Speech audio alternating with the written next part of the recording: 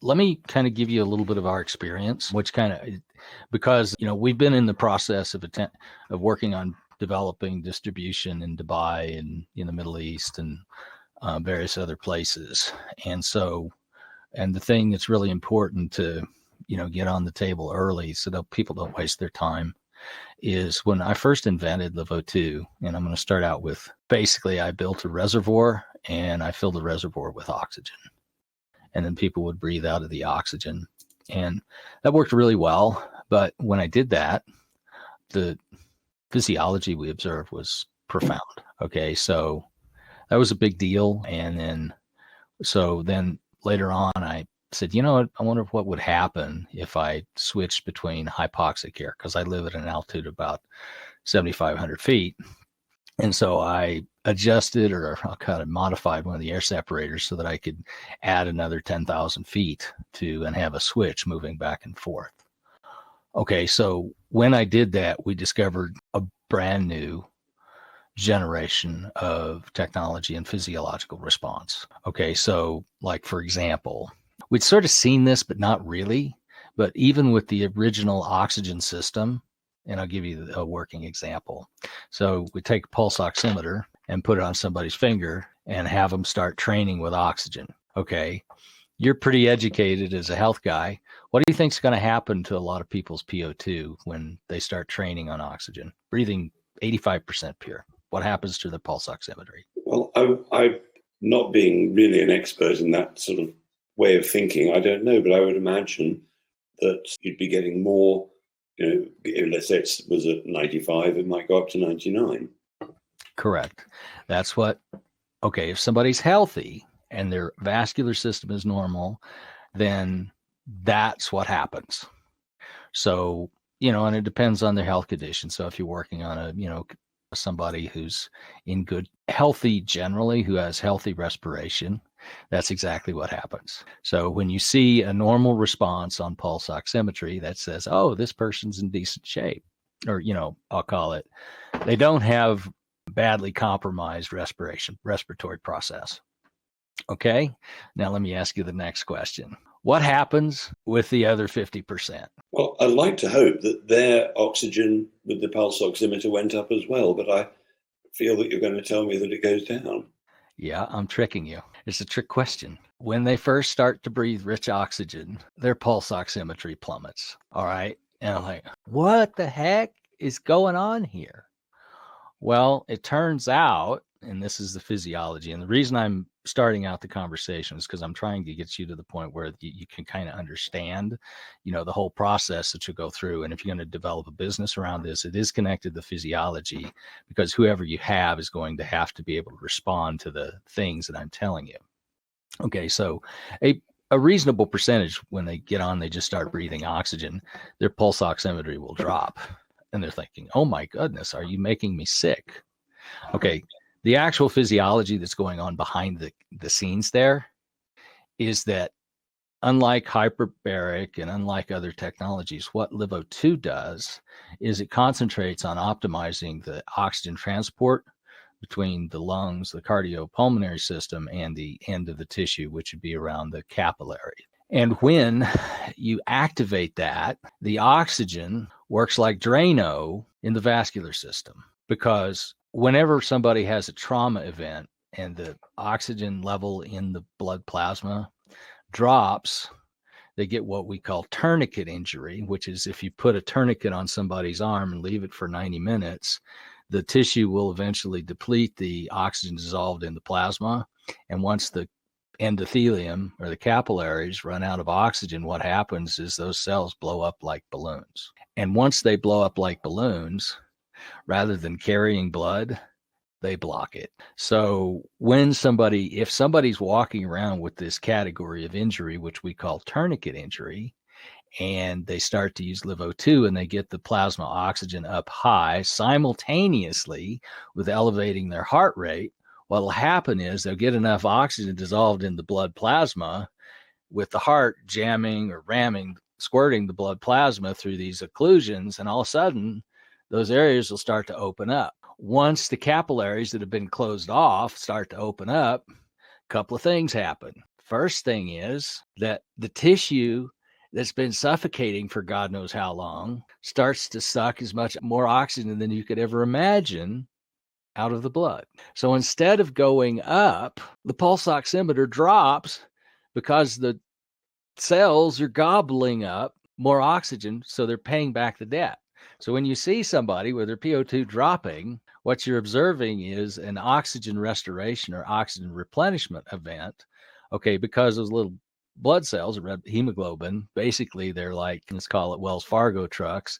And if the oxygen is cash, what's happening is they're delivering the oxygen to all the cells. So when they're, traveling around the system, they're not full anymore. So like on a pulse oximetry that shows 99%, the pulse oximeter is shining a light through my finger, looking at how red my blood is. If my blood's red, it says 99%. Most people equate that with, wow, that's really good. You're healthy. The reality is what determines my actual cell health is how much oxygen my tissue's using. So when you put them on LiveO2 and all of a sudden you open up the vascular system and the blood starts to deliver, then the pulse oximetry will drop because they're gobbling it up, meaning that the Wells Fargo trucks or the armored vehicles are actually delivering their payload to the cells, which shows up as a decrease, temporary, but a decrease in the pulse oximetry. How long would it take before it switches and now is going up again because the cells are happy and pleased? Depends on the person, but normally we'll see that within 10 minutes. Right. And it depends on I'll call it the core conditioning and how sturdy the person is.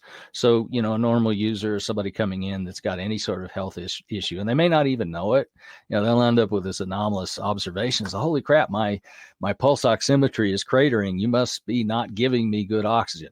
So that's the first level in terms of, the kind of thinking it takes to be able to represent the product, because you have to be competent in representing this. Then the second thing is people are like, I'm going to give you the thing that really started happening to us.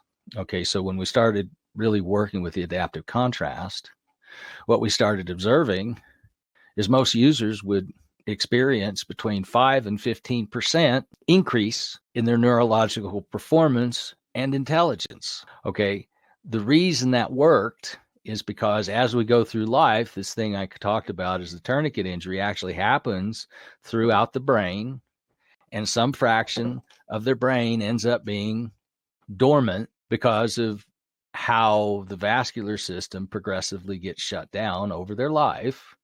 And when we started using adaptive contrast, what happens is we use the low oxygen, which basically puts the vascular system into a super flow situation. So you're breathing, you're being challenged at a simulated altitude of anywhere between 10,000 and 24,000, 22,000 feet. Now that's the 22 is more for advanced, but the point is the body says, oh my goodness, I really need to be efficient with my moving blood around.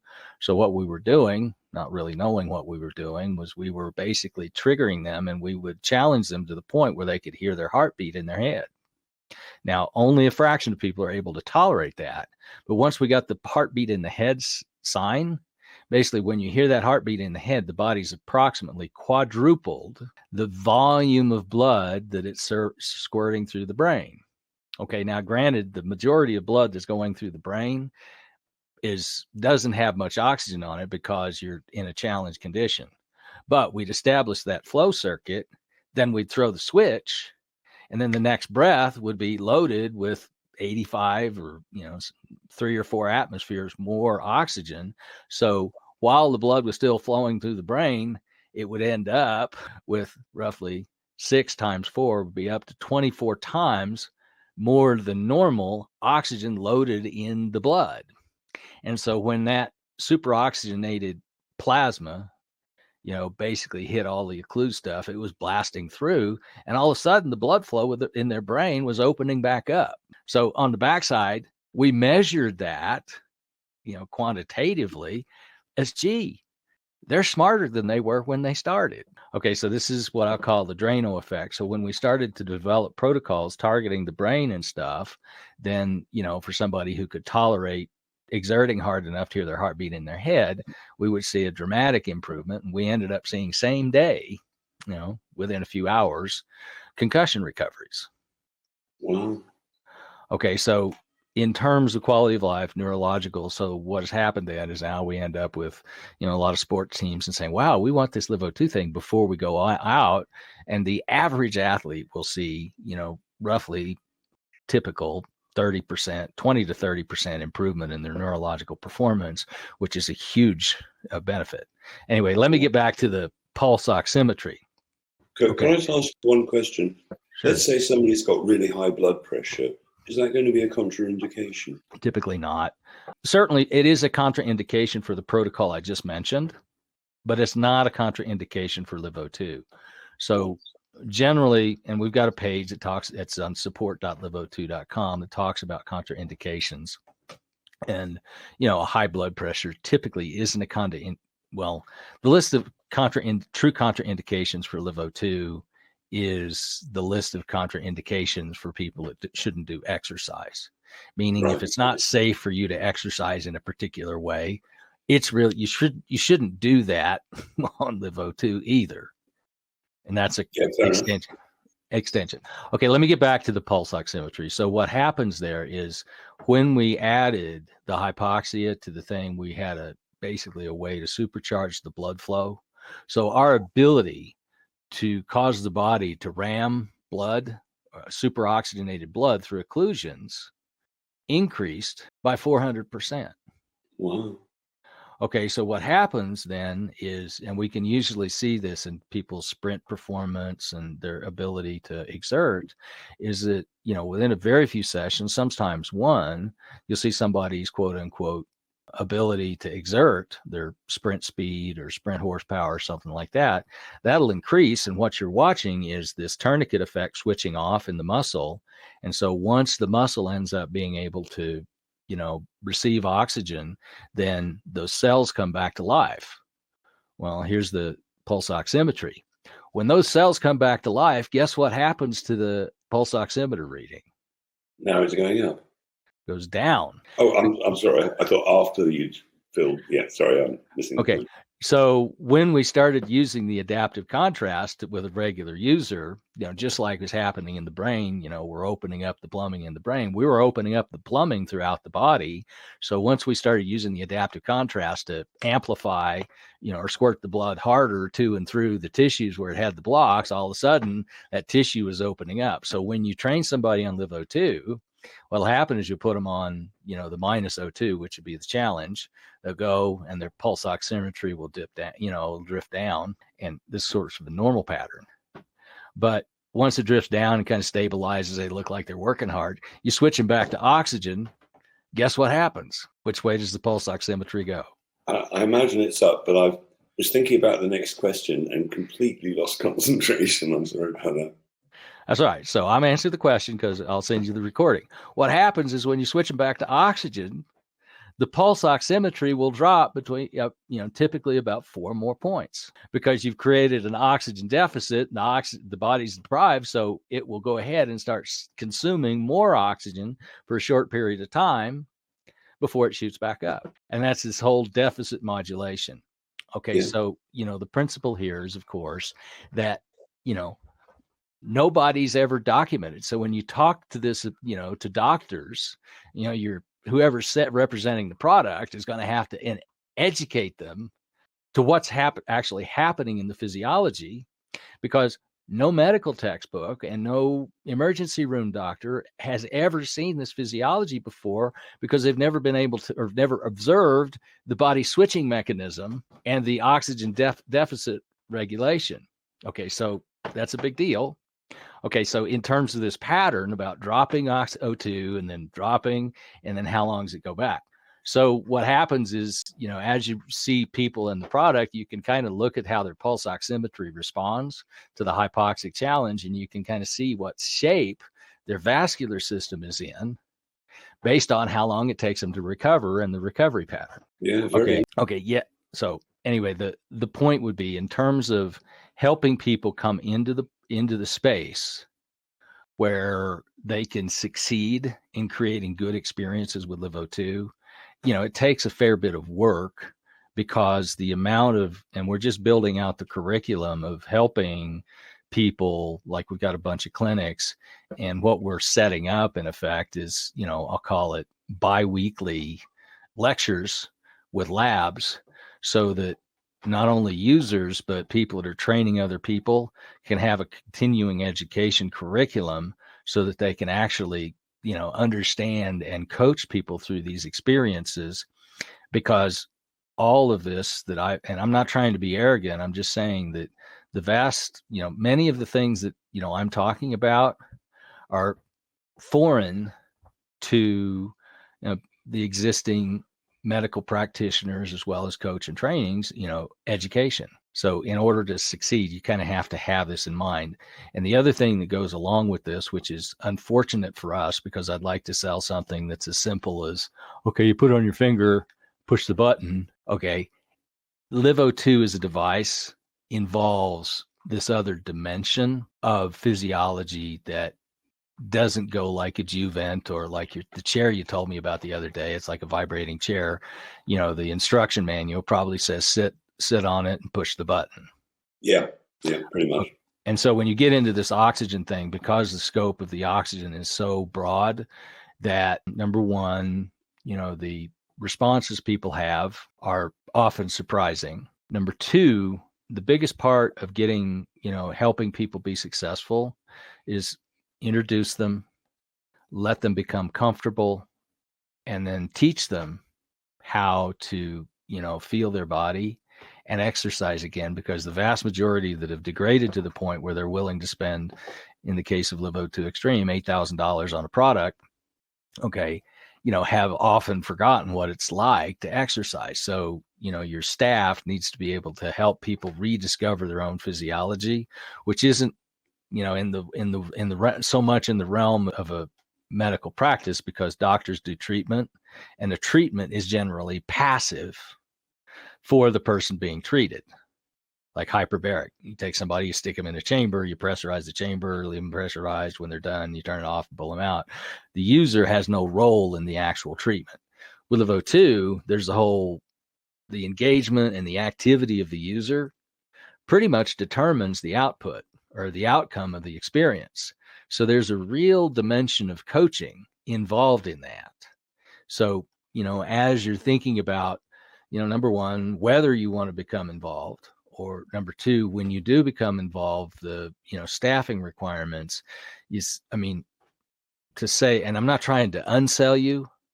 What I'm trying to do is, as one business person to the other, is like, if I lead you down the garden path and you wake up and discover that this is not consistent with, your staffing or your, cultural objectives, then I've misled you. I'm trying to be honest and say, look, if you're going to go down this path, then this is where it needs to go.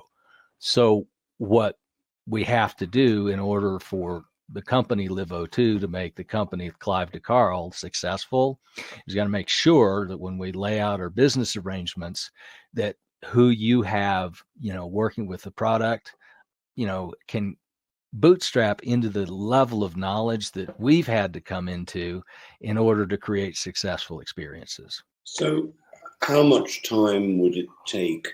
A client comes in, they want to use the LiveO2 system for the first time.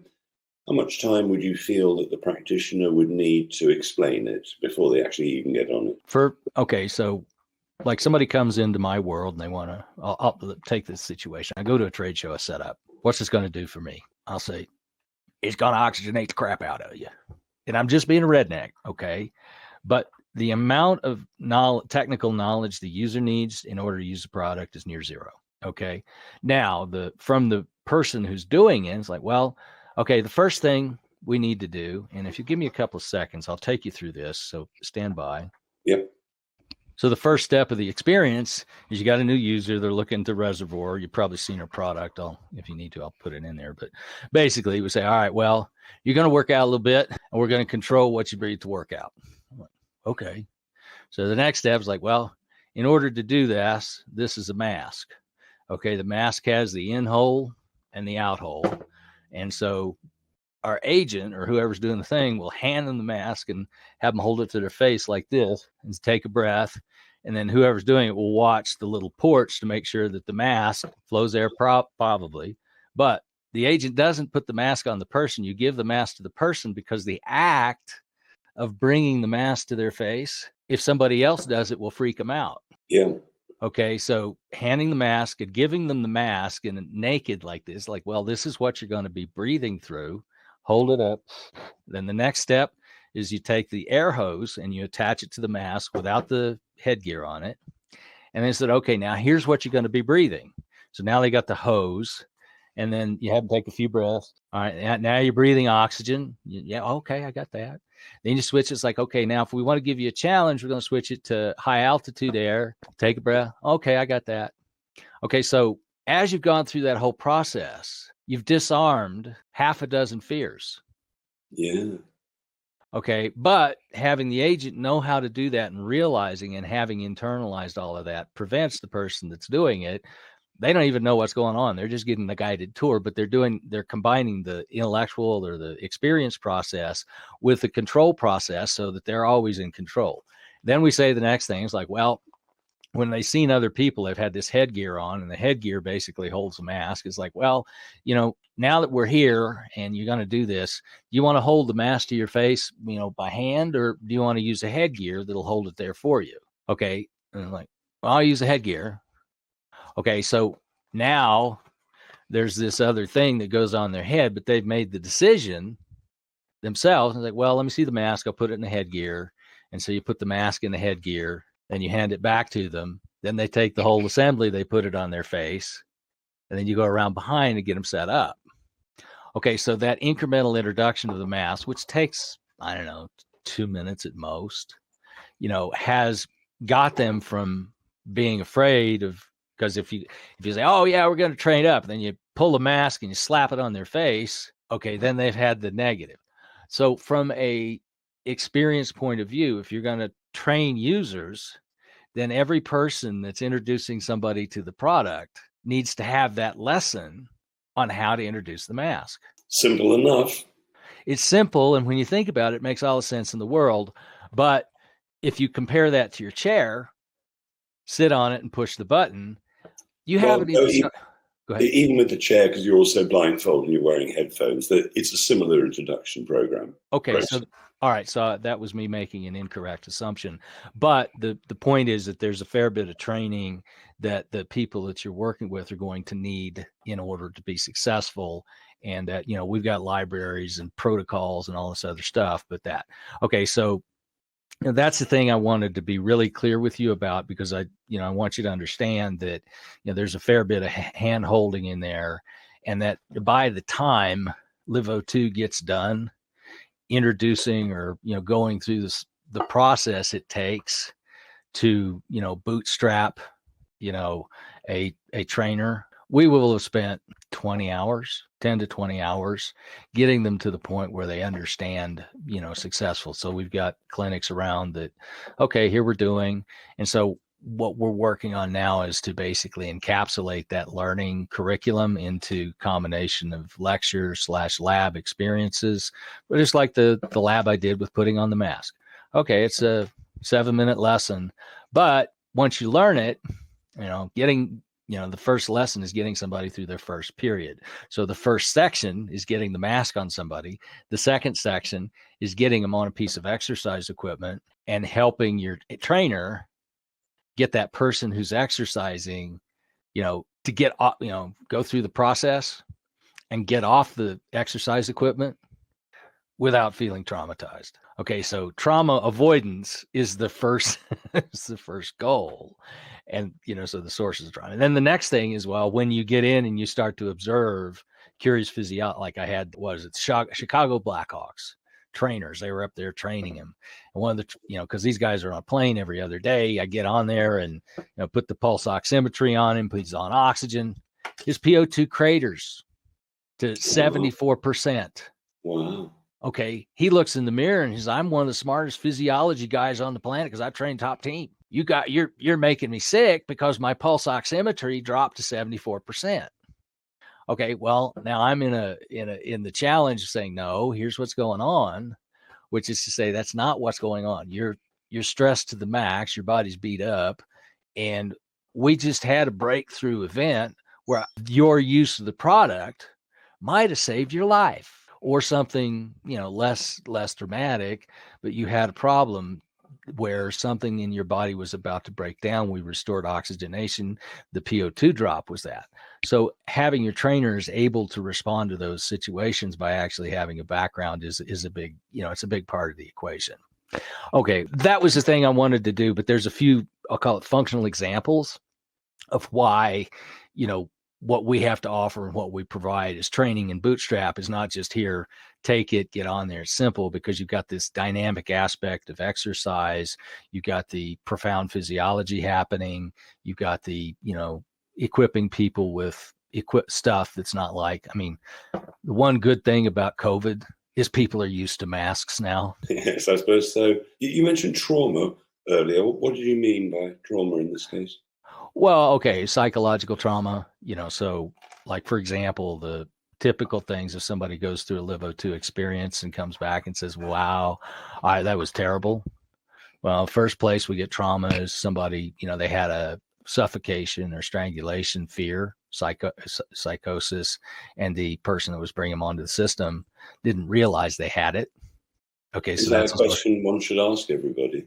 No, that's why we designed the whole mask introduction process, right. So that you incrementally proceed, because there's no reason to activate their fear. It's just like, okay, there's nothing to be afraid of here. So you slowly disengage it. So it's much faster just to go through the standard procedure. Yep.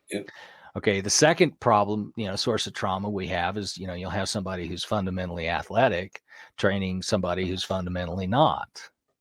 Okay. And the fundamentally athletic person looks at everybody like they're looking in a mirror, and they will challenge them to capacity as opposed to comfort, meaning there's two different levels.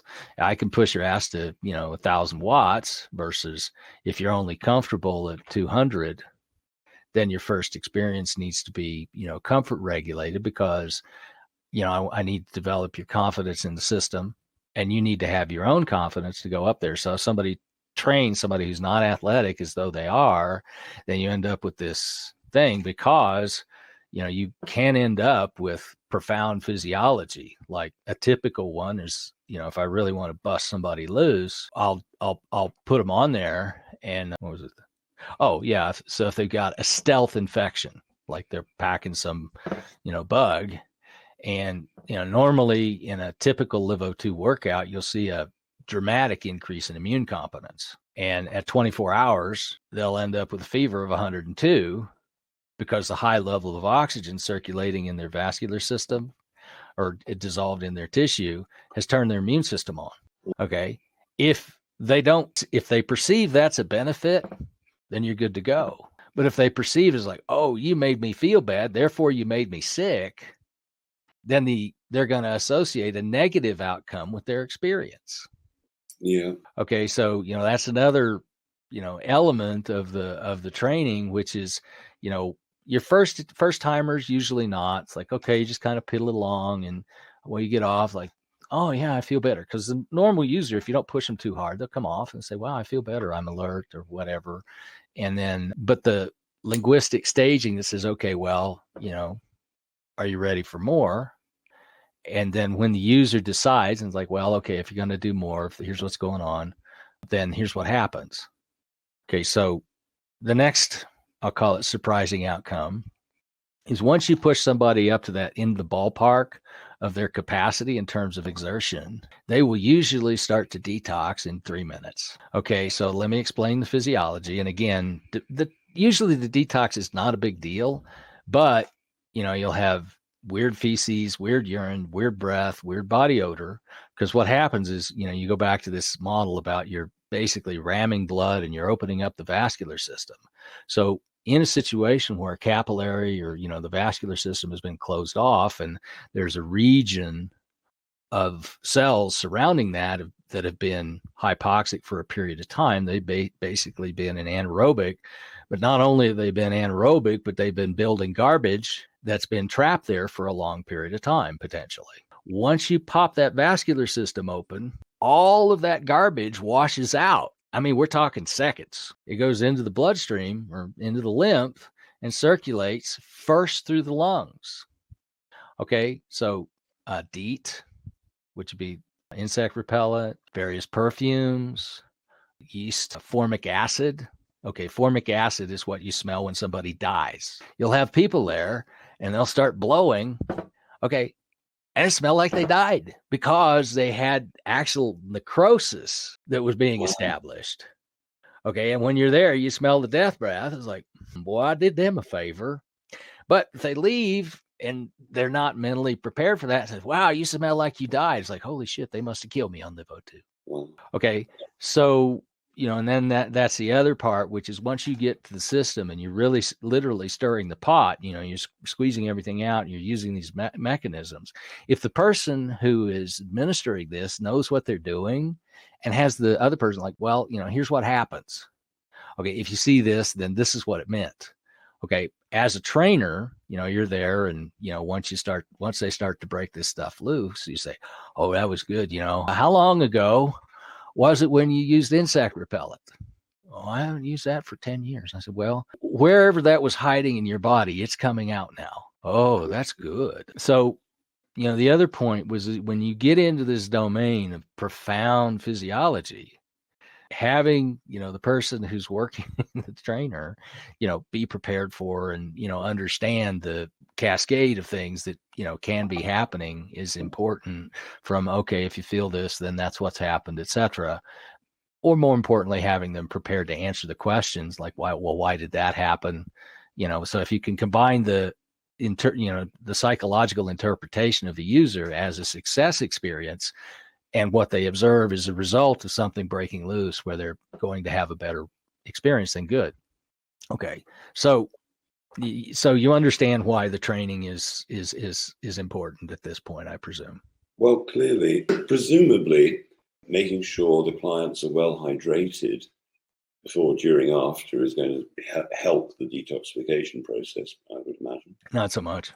LiveO2 is so powerful that even if they're dehydrated, and, like for example, now I've never done this, right? You take somebody who's horribly hungover. Okay, that's an example of dysfunctional hydration. You'll have them over their hangover in about 8 minutes.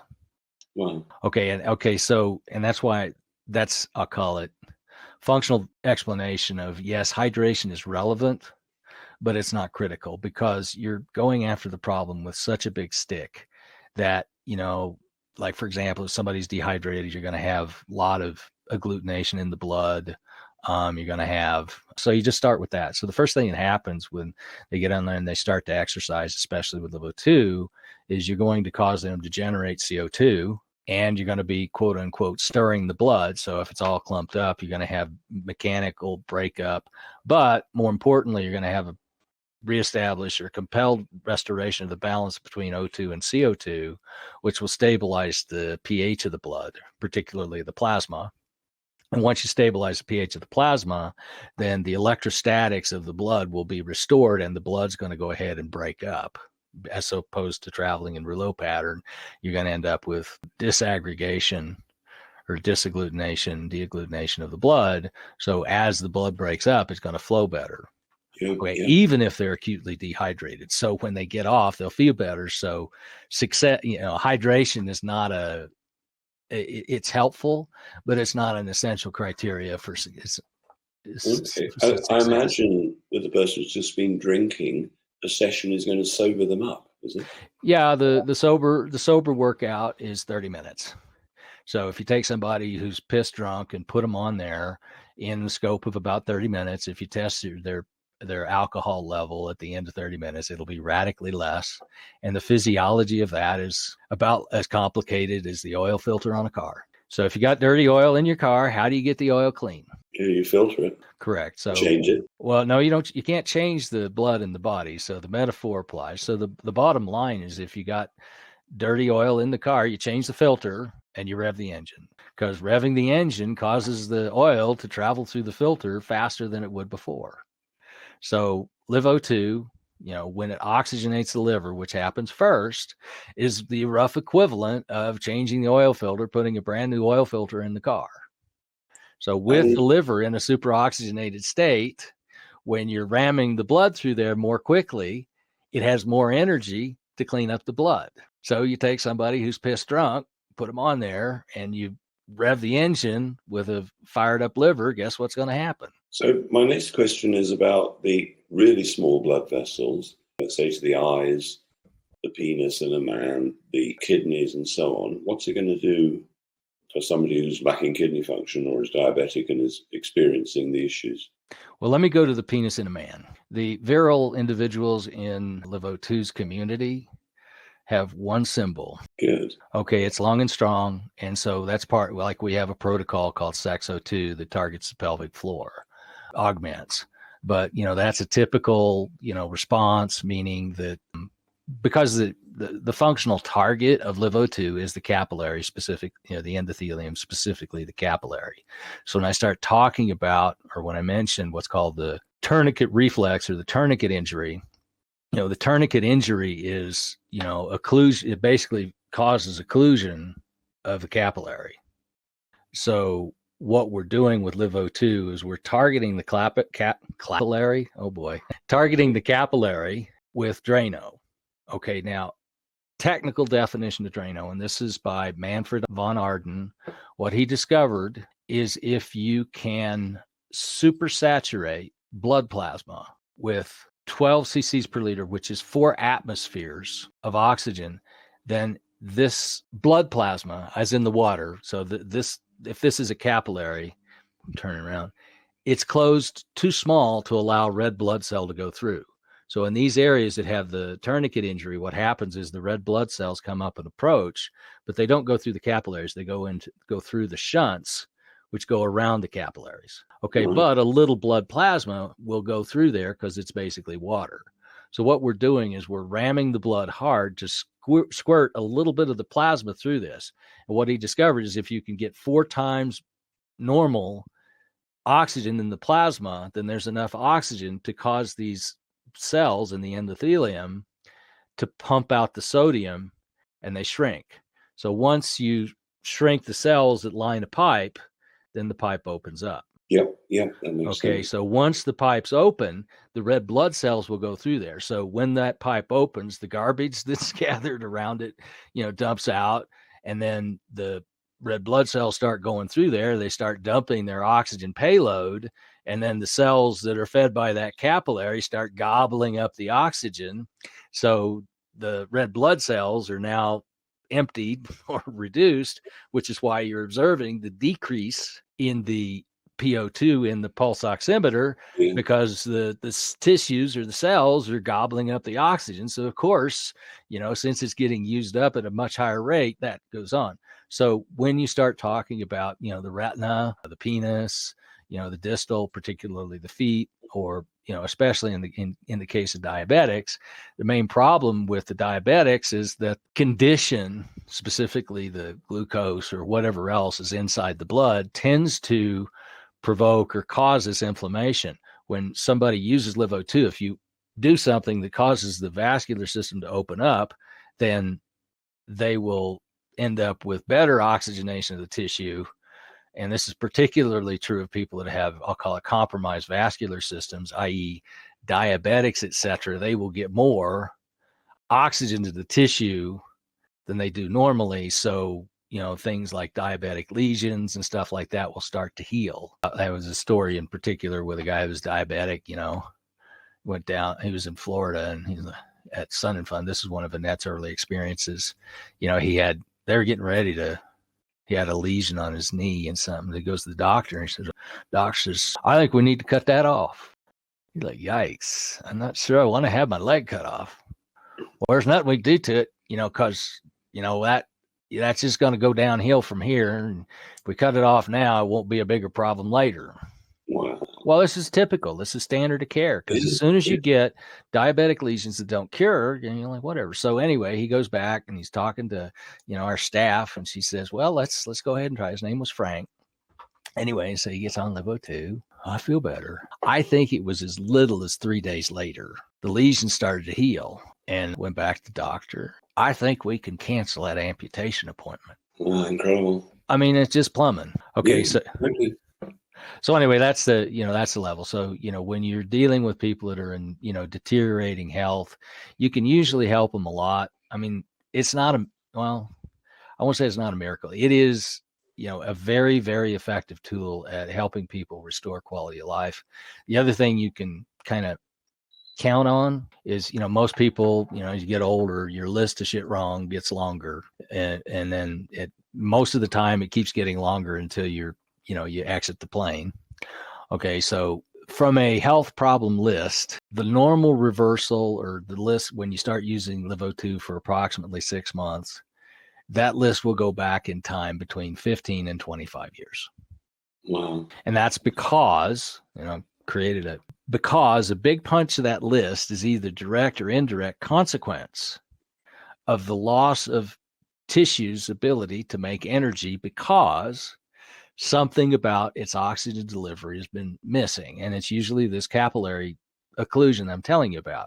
So when you open up the capillaries, you get an immediate restoration of energy production, but you also get a restoration of the ability to heal. So the body can go back and start fixing stuff that's been going wrong for a long time. So when you take a look at, I got this symptom or this problem, time travel back a big chunk.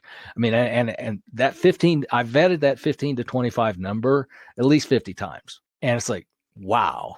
You'd never believe that was possible, but the other way to position LiveO2 is, here's your health time machine. Yeah, that's a good phrase. I like that one. And so with the popularity of hydrogen and oxygen mixed, what would happen if you mixed some hydrogen in or hydroxy? It couldn't hurt.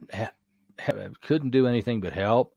The caution I would ask provided is if you're going to mix in the hydrogen, you feed it in at the mask as opposed to store it in the reservoir. You wouldn't want an explosion, that's for sure. Yeah.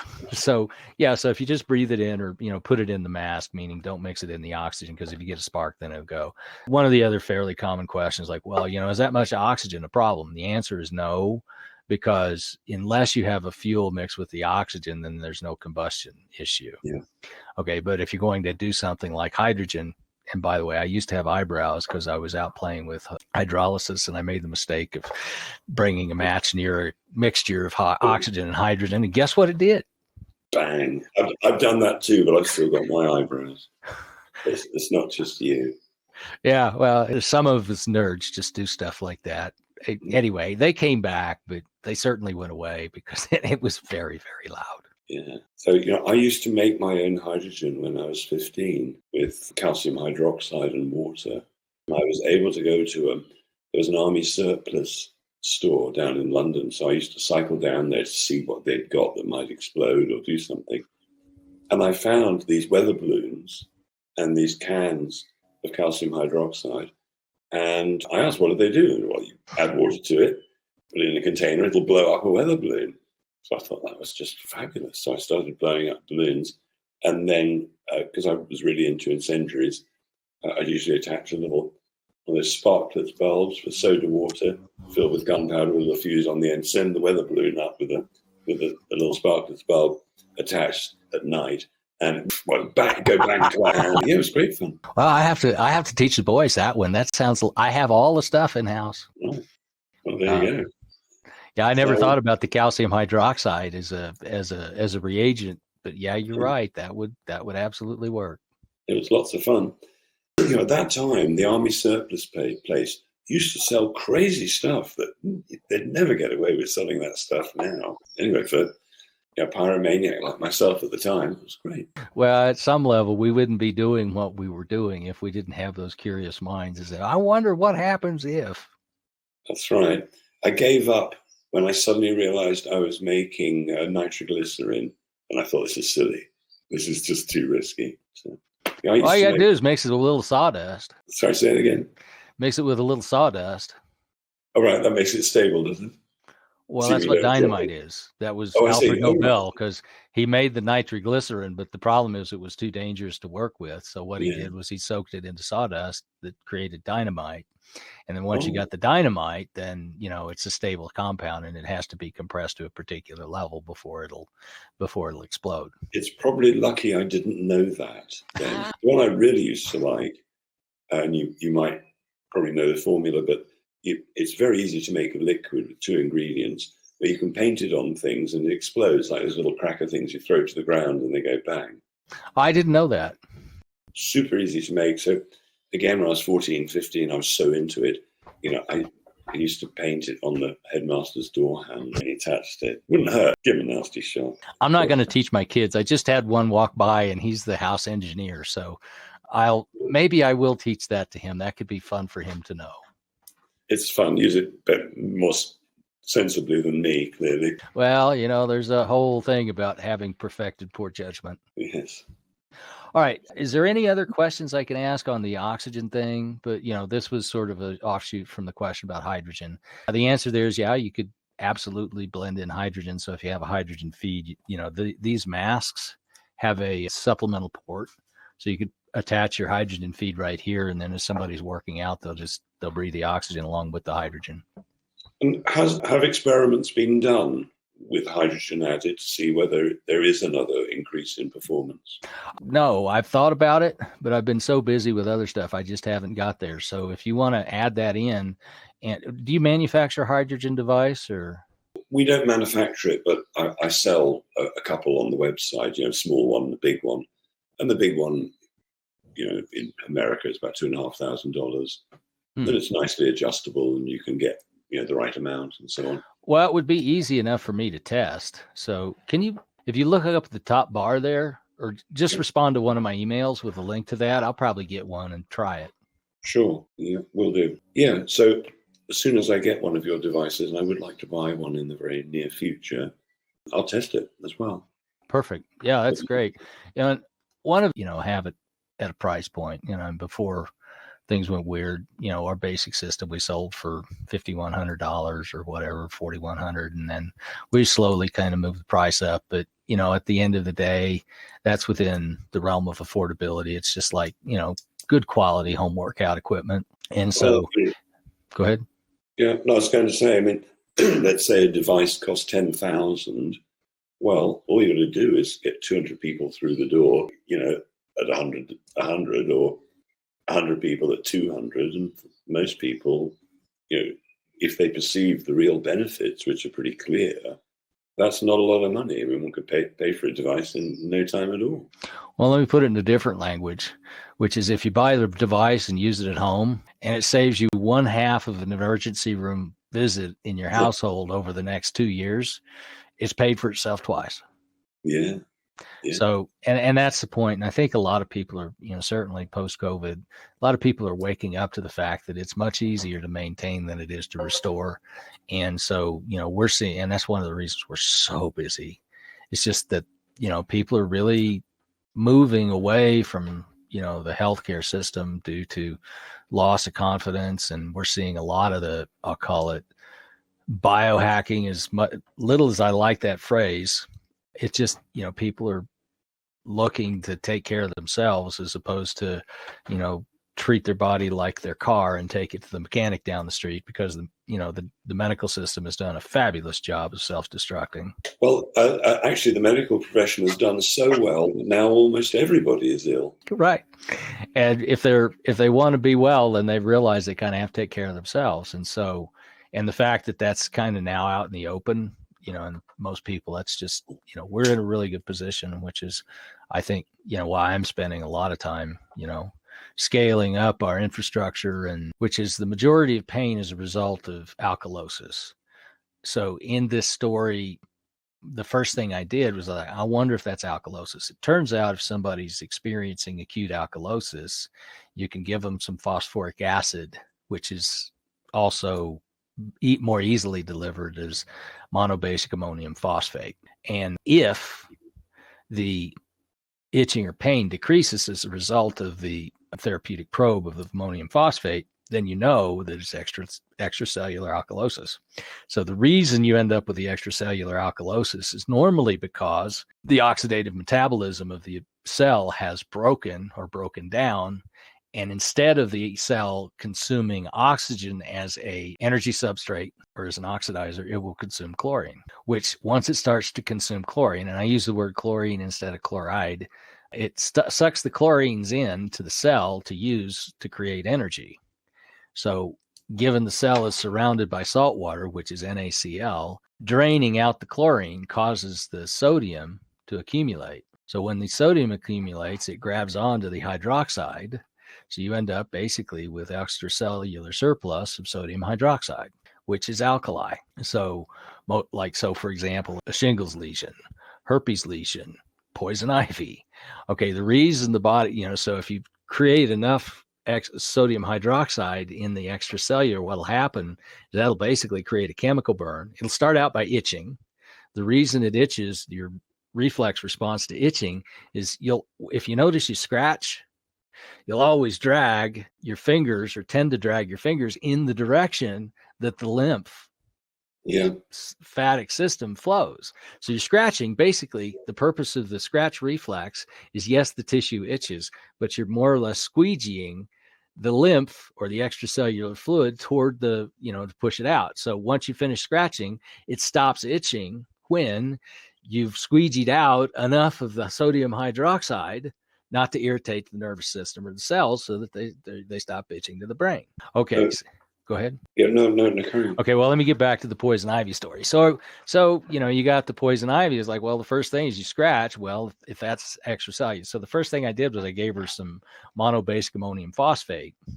Sure enough, in under 10 minutes, her itching goes from a level 10 to maybe a level 1. I'm like, oh, yeah, that's what that is. So as soon as I knew it was extracellular alkalosis, and I knew there was a toxin involved, I said, well, I wonder. So I got out the selenium, because what the selenium does is those cells that are trapped in that alkali cycle, guess what they suck up? Oxygen. Nope. They can't. They're trapped because they can't get oxygen, but they will suck up unsaturated fatty acids, particularly oxidized fatty acids. So when you call it smart selenium, the selenium is bonded to the oxidized lipid. So the body, just like it directs the phosphoric acid of the tissue, will direct, and those cells that are affected by that toxin will suck up the selenium like vacuum cleaners. Right.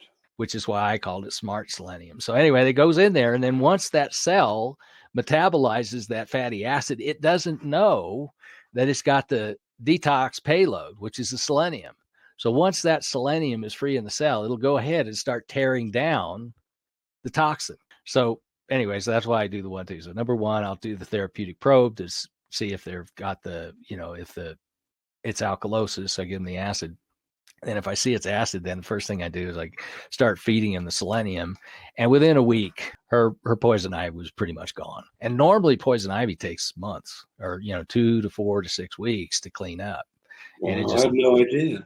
Yeah. We don't get much of it over here. So depends on where you are here, but you can get a lot. But, the other point, which is, when you go into the alcohol, the drug addiction, believe it or not, that's substantially the same biochemistry. Right. Here's another one. A lot of viruses, colds and flu, same biochemistry. So this is when I had a cold or something. I came back from a trip, and anyway, I get this rough cough, kind of the dry cough. And once I realized that my lungs were itching and I wasn't using it to expel mucus, I'm like, I bet that's itching. So I turn around and you start out with the remediation with the acid. Okay, but then you start pounding the selenium, and all of a sudden, the biochemistry, or usually not all of a sudden, but gradually, the selenium breaks down the biochemistry of whatever's going on there. So a lot of times the selenium will downgrade the symptoms of the cold or flu, or the symptom of the itching. I see colds and flus as a detoxification event. I don't see it as a viral thing. So selenium is a great detoxifier. Yeah, and you'll notice I didn't I'm on the fence, well, I think I'm really with you on that, because and the notional vector of all that stuff, I'm starting to wonder if it isn't electromagnetic as opposed to, particulate. And I'm a big fan of Lee Merritt. I see it as a frequency. So, somebody in the house has got a cold, you need to detox as well. You will catch the detox rather than catch the cold. That's my feeling about it. Like, putting loads of women in a house for 3 months, they all synchronize their periods. How's that happening? It's got to be. It's a field effect. Yeah. Yeah. But we could talk about that for ages. And